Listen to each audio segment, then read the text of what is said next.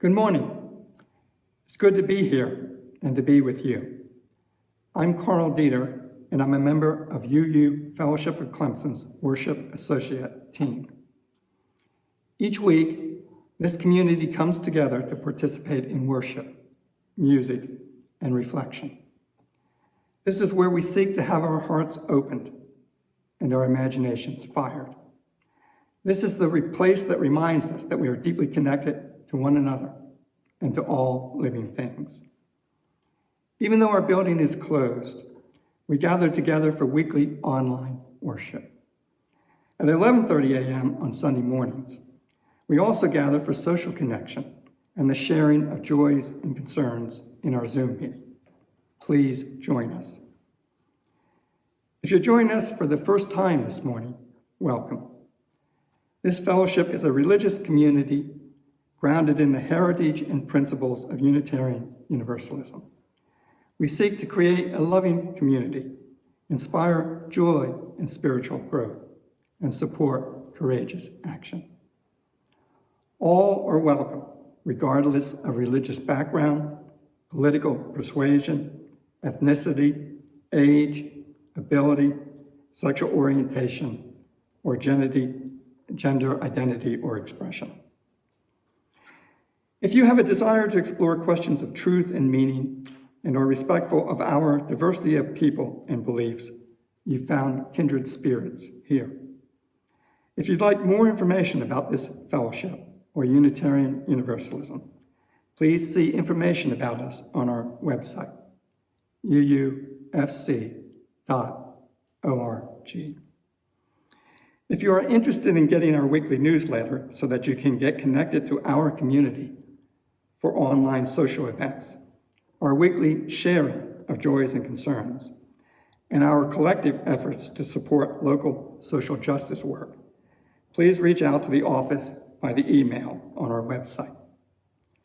You can also find us on Facebook. The announcements for this week. Vespers will be held on Wednesday nights in July and August at 5:30 to 6 p.m. in the sanctuary. Each week will focus on a different Unitarian Universalist principle and the sharing of joys and concerns. July meal at our daily rest is on July 21st. Look to the weekly connection for information. The bingo online meetings on Thursday are still meeting. And the Novel Circle meets every first Wednesday of each month. For August, the book is The Midnight Library by Matt Haig.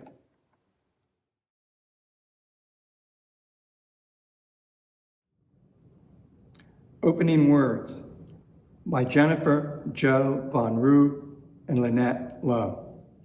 Welcome to this space, this sanctuary of peace, where we come not only to create our best selves, but to also do the work of creating a beloved community. We come together today as individuals, much like the individual pieces of glass or pottery, that are different shapes, sizes, colors, all of which are broken, with imperfect jagged edges, but always beautiful. While our pieces may not always fit neatly together, it is within this sanctuary, guided by our principles, that we gather together to create a beautiful mosaic. May the brokenness and beauty you find in one another create peace in this space and fill our hearts with love as we create worship together.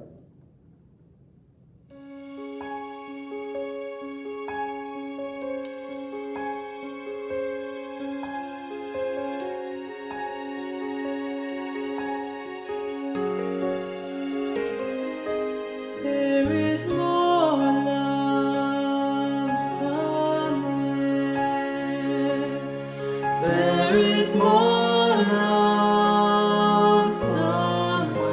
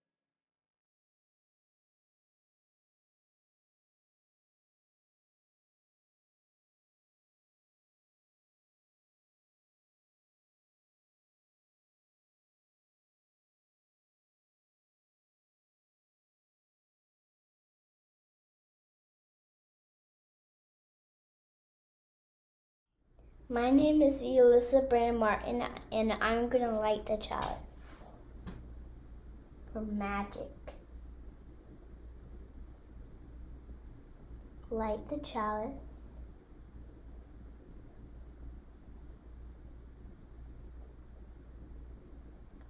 Blow this one out. And that's how you light a chalice.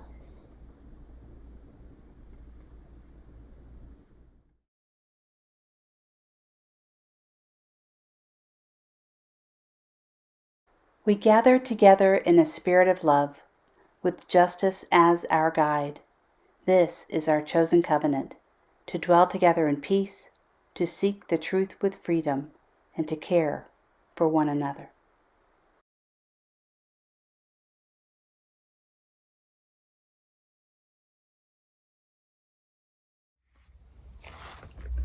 This is a story about symbols and how our flaming chalice came to be our Unitarian Universalist symbol. Some people wonder about symbols and how they came to be. The cross is the symbol of the Christian faith. Unitarian Universalism has Christian roots. The Star of David is the symbol of the Jewish faith. The Unitarian Universalist faith has Jewish roots. Some people call our flaming chalice a healing cup. The story of how the flaming chalice became our symbol is an interesting one and begins during the Second World War.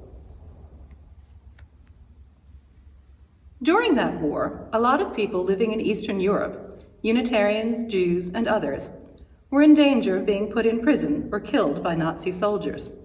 The Nazis made them wear a star on their clothing so that everyone knew they were enemies of the state.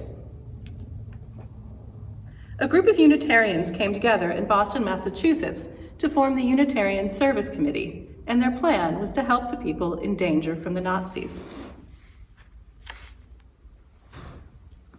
The director of the Service Committee was the Unitarian minister Charles Joy. Reverend Joy had an office in Portugal, so he would be near the people he wanted to help. He was in charge of a whole secret group of agents and messengers who worked hard trying to find safe routes for people to escape. Reverend Joy and his assistants often needed to ask governments and other organizations for their help to save people who were in danger. They would send messages to anyone in government who might give them money, transportation, or a safe route. Because they were a new organization, though, not very many people had heard of them. This made it much harder for Reverend Joy and the people in the Unitarian Service Committee to get the help they needed.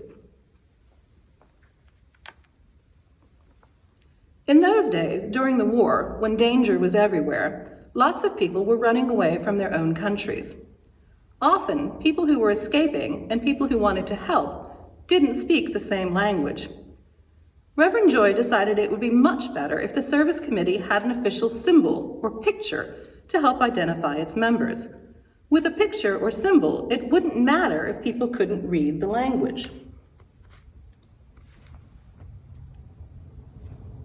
It looked like Reverend Joy would need to find an artist. He went to a very talented man named Hans Deutsch for help. Deutsch had escaped from the Nazis in Paris, France, where he was in danger because he drew cartoons showing people how evil the Nazis were.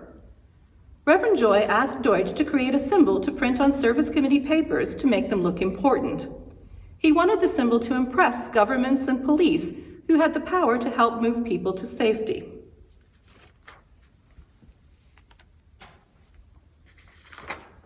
For his drawing, Deutsch borrowed an old symbol of strength and freedom from Czechoslovakia, a chalice with a flame. Reverend Joy wrote to his friends in Boston that the new symbol seemed to show the real spirit of the Unitarian religion. It showed a chalice or cup that was used for giving a healing drink to others, and it showed a flame on top of the chalice, because a flame was often used to represent a spirit of helpfulness and sacrifice. And so the flaming chalice became the official symbol of the Unitarian Service Committee. Many years later, the flaming chalice became the symbol of Unitarian Universalist groups all over the world. By the early 1970s, enough Unitarian Universalists had heard the story of the flaming chalice symbol that they began to light a flaming chalice as part of the worship service in their churches. Over the years, this practice has spread over most of the United States and Canada.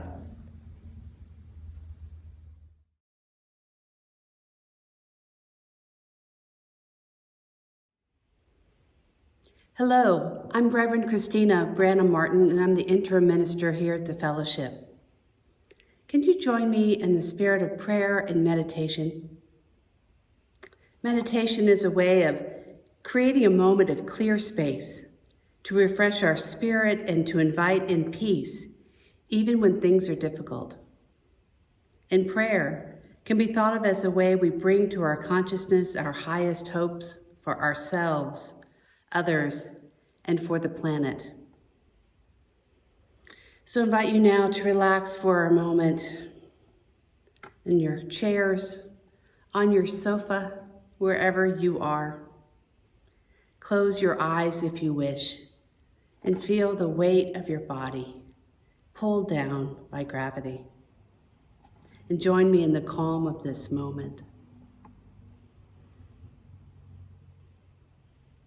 This is titled The Sound of Silence by Raymond, Vaughn. Here in the space between us and the world lies human meaning. Into the vast uncertainty we call.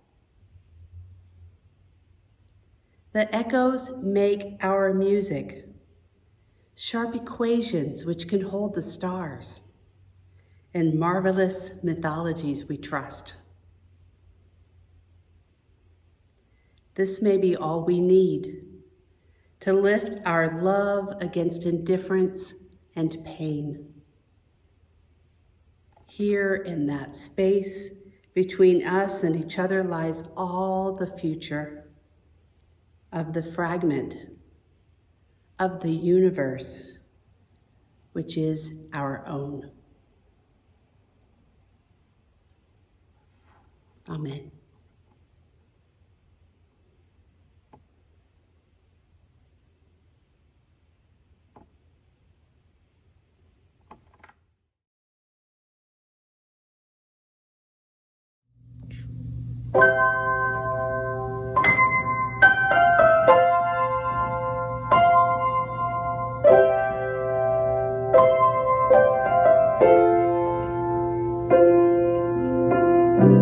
Speak.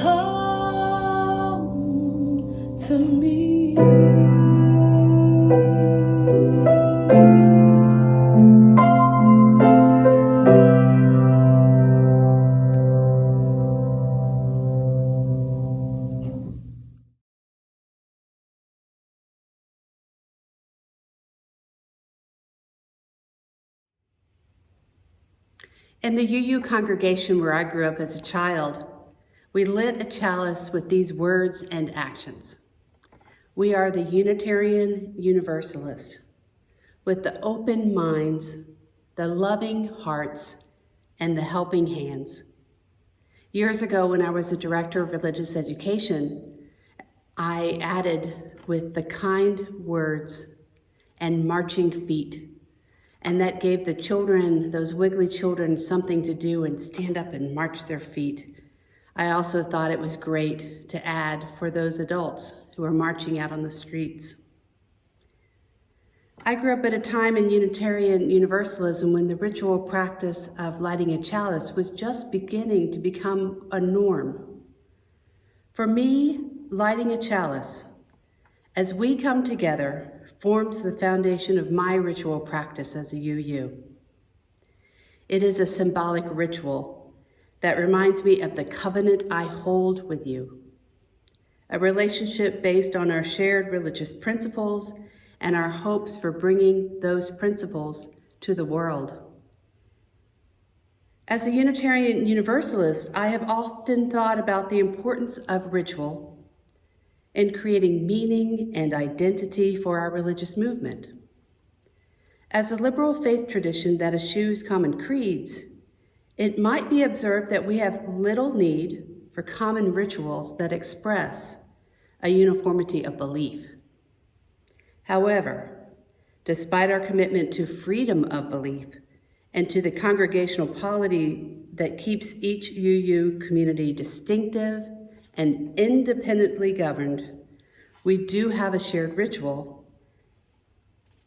It is the lighting of the chalice. Not only is lighting the chalice widely incorporated as a liturgical component of Unitarian Universalist Sunday mornings, the flaming chalice also appears as a common graphic among Unitarian Universalist congregations, our membership body, the Unitarian Universalist Association. How does this uniquely Unitarian Universalist ritual tell us who we are and what we value? To answer this question, we might begin by visiting the history of the flaming chalice symbol, which preceded the ritual of chalice lighting. As a denomination-wide symbol, the Unitarian Universalist flaming chalice, usually represented by a flame rising from the top of a wide-lit stemmed cup. This is not reflective of a particular theology, nor does it represent a literal component of a historical event like the cross, which crucified Jesus was nailed. Rather, the flaming chalice began as a symbol whose creation was intentionally commissioned in order to provide a graphic representation of the work of the Unitarian Service Committee. The Unitarian Service Committee was a social justice organization founded in World War II that helped Jews and others escape Nazi persecution in Europe. As Karen shared with the story from Time for All Ages, let me expand on the history of some of the work of minister and historian Reverend Dan Hotchkiss. He writes, "The vessel of a chalice is one of the oldest symbols, especially in Christianity. But the unique combination of these items, fire and a drinking vessel, is the design of artist Hans Dutch in 1941. Commissioned during World War II as the symbol of the Unitarian Service Committee. The Reverend Dr. Charles Rind Joy, Commissioner for Europe of the newly founded Unitarian Service Committee, was instrumental in the Flaming Chalice's creation. In 1940, he directed the Lisbon, Portugal office of the USC.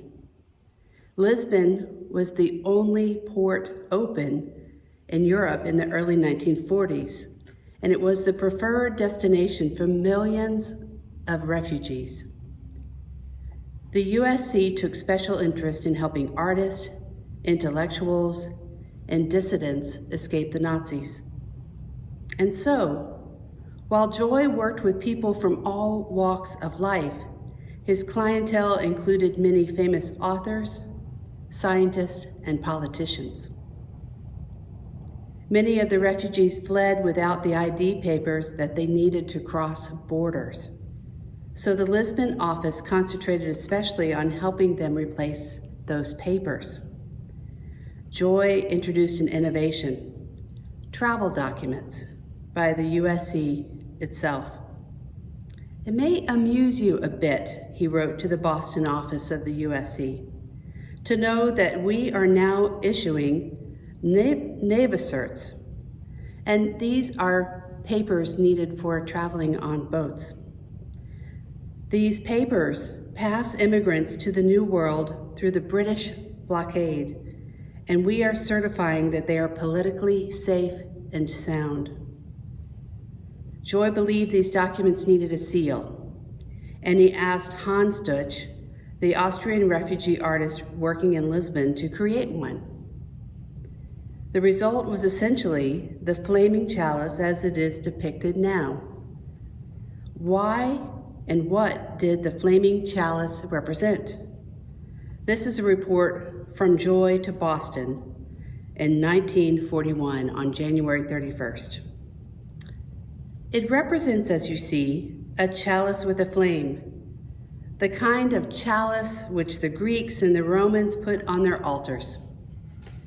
The holy oil burning in it as a symbol of helpfulness and sacrifice. In ancient and medieval art, this chalice is frequently found, and the design itself, modernized and stylized though it is, reminds one of the signs seen on the old monastic manuscripts." This was definitely the mind of an artist. The fact, however, that it remotely suggests a cross was not in his mind, but to me this also had its merit. We do not limit our work to Christians. Indeed, at the present moment, our work is 9/10 for the Jews. Yet we do stem from the Christian tradition, and the cross does symbolize Christianity and its central theme of sacrificial love." Close quote. In the years that followed, the symbol was revered, and three-dimensional chalices were designed.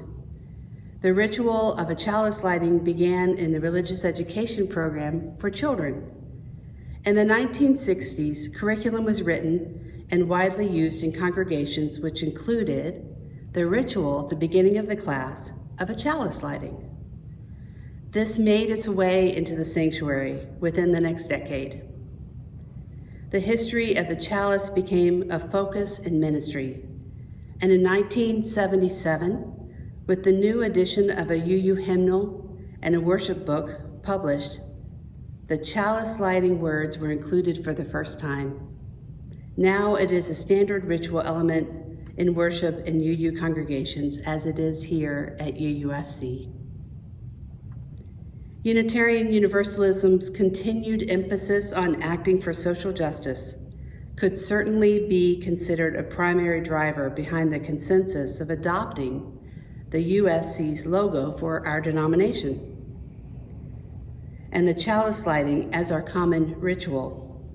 However, as you might imagine, the Unitarian Universalist Association offers no single reason why our congregations have come together around the chalice. Instead, the UUA website offers this explanation for the Flaming Chalices institution. Unitarian Universalists today have many different interpretations of the image. To many, the cup represents religious community, while the flame represents ideas including the sacrificial flame, the flame of the Spirit, and more. Thus, while the flaming chalice's meaning was originally ascribed to the compassionate and heroic efforts of the Unitarian Service Committee to rescue persons from Nazi persecution, it has come to embrace larger concepts of justice, courage, and the inherent worth and dignity of all human life. Reverend Terry Davis reflects that we have all other forms of ritual in our community. In addition to the formal ritual of chalice lighting during the service, there are others, such as the informal rituals before and after worship. As UUs, we participate in them so easily and regularly we may not even realize how they are shaping us as a community and creating memories of togetherness and support. There is, she writes, the example of hugs, handshaking, back slapping, gestures that tell us we are welcomed, we are missed, and we belong. There are rituals of coffee pouring and coffee sharing, of Danish eating and brownie snacking, chair arranging, hymnal passing and hymn singing, even the act of being present in the community each Sunday. These are all socially negotiated practices, ways which we build collective memory and keep the ritual that gives meaning to our faith in our faith community. Ultimately, it seems that ritual, whatever form it takes, is a deeply powerful practice that not only creates memory, but creates identity. Rituals ground us in meaning and uncover those core values that can light our way forward. And true to Unitarian Universalism's non-creedal tradition, our flaming chalice ritual can be and is ultimately interpreted to mean many things to people who have generally sought out our liberal religion because of the freedom of faith that it expressly offers. This simple but widely held ritual holds our rainbow of beliefs together by reminding us of our common history and unifying principles. May we, as Unitarian Universalists and community, continue to enrich the meaning of our cherished chalice lighting ritual by our participation in it. May we remember its sacred origin and keep its message of hope, justice, and compassion alive through our words and deeds. May it be so.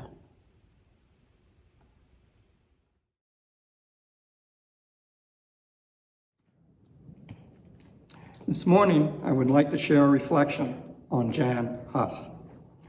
Jan Hus, 1372-1415, was a medieval Czech theologian, philosopher, and a harbinger of the Protestant Reformation.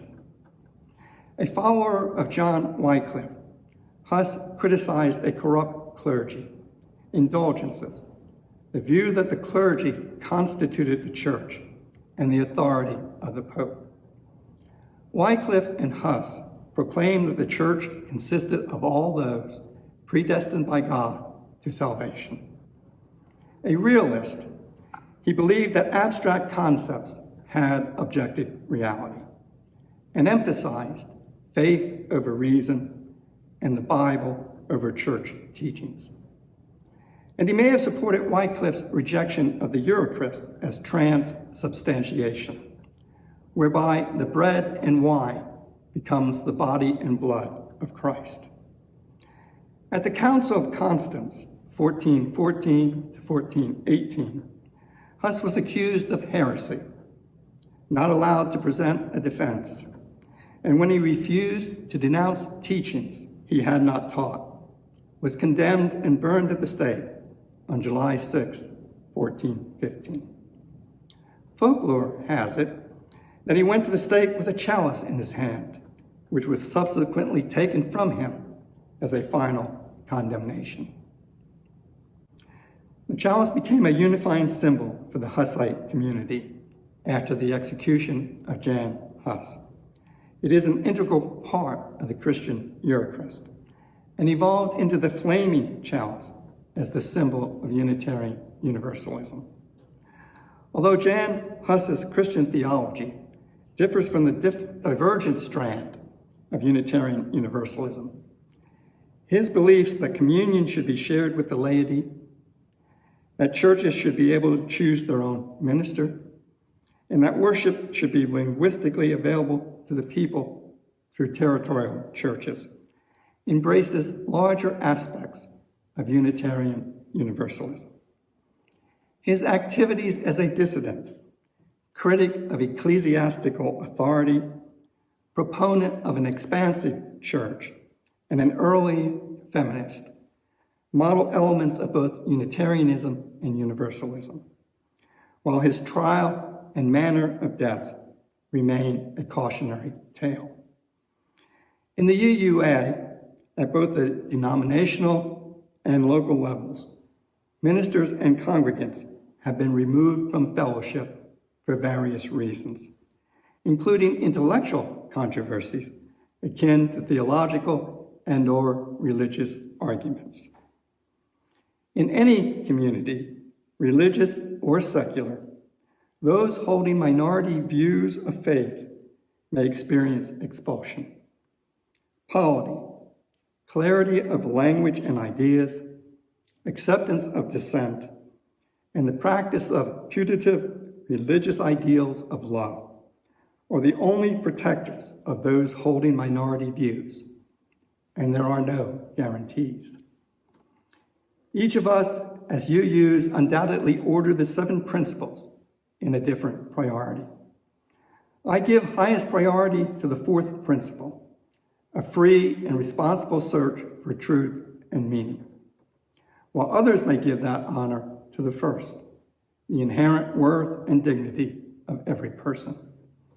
And I would do so out of conscience and on principle, even if I were the only UU in America to do so, mirroring Huss's refusal to recant his alleged heresies, quote, unless instructed from Scripture or reason for me as to where his teachings were in error, unquote.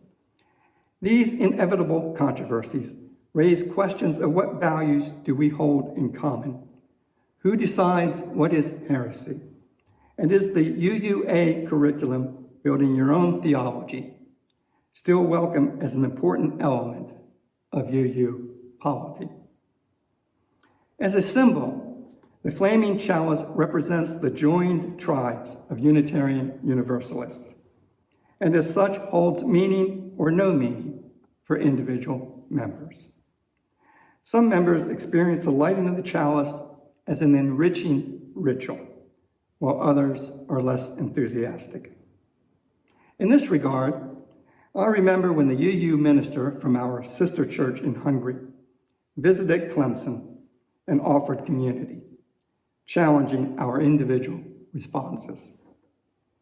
Some partook of the communion, perhaps as UU Christians or out of kindness, while others forsook the ritual out of principle. The flaming chalice may symbolize the light of knowledge, love, devotion to others, and/or participation in a beloved community. as one who is wont to turn the world upside down and shake it to see what remains fixed. I find meaning in transforming the flaming chalice into a burning crucible.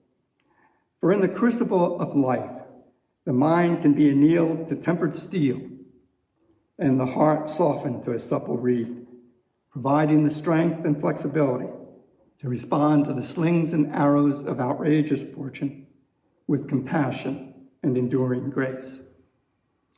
As unique and disparate individuals, we enter into a beloved community lit by a flaming chalice and forged in a burning crucible.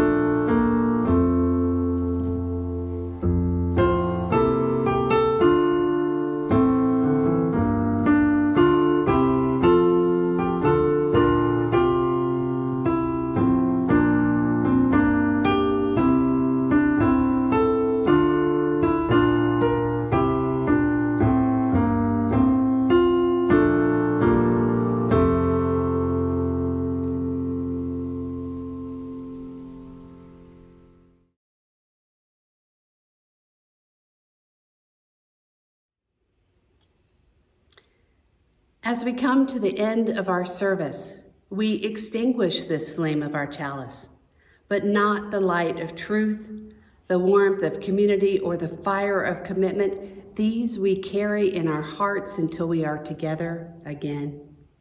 Go in peace, my friends. I'll see you soon.